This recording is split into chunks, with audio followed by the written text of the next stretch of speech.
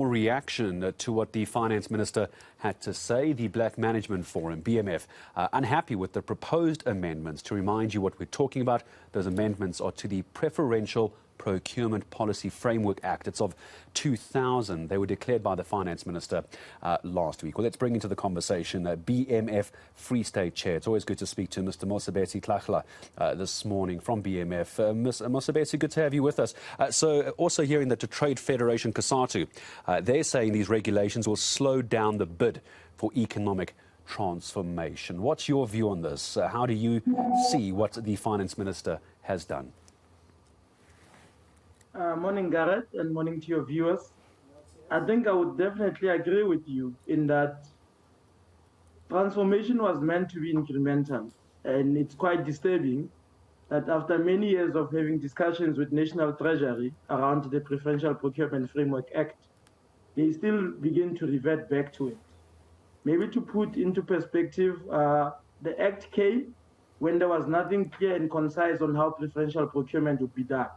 But as of 2003, when we had the BBEE Act, there's never been a need for the Act to coexist with the BBEE Act because it was a temporary measure. And I suppose everyone has now begun to forget that part.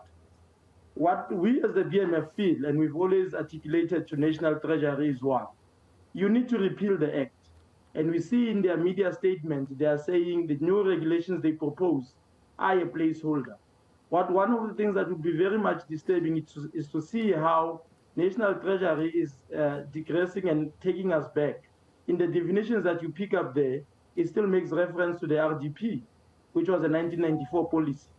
So one of the aspects we should ask is, why is National Treasury not repealing this act? For after so many years of being called to say, now we know how transformation must happen in the country. So it's quite disturbing. We need to be creating a critical mass. Our transformation targets must remain incremental as a country, and we need to bring a lot of our historically disadvantaged persons into the mainstream economy.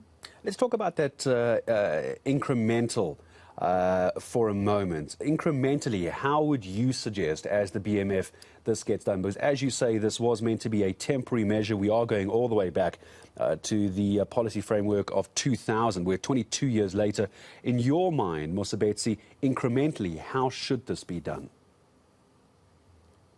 If you look at what the BEE sector codes provide for, you would see the first set of published sector codes had targets that were that could be achieved over time by companies that were interested in transformation in this country, because we expect companies and state-owned enterprises as well as government to remain a good corporate citizen. So you would find that if you look at ownership management control targets, we are nowhere at a rate where we are equitable. And our constitution in the country in section 217 says we need to make sure that our procurement is equitable, meaning it seeks to advance all persons. And that is also important because you look at the economically active population of the country, which at this point in time, it's almost 80% black. Now, to be sitting with targets that are less, but equally more disturbing that they are not being achieved, is really worrisome for us to say, is this government really there to implement the constitution that the people of this country wanted? And what do we do now when the very same government goes back and makes a U-turn?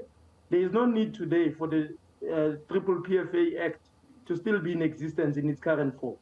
We know they are telling us about the bill, that we must wait for its finalization, but the reality of it is that it has been 4 years.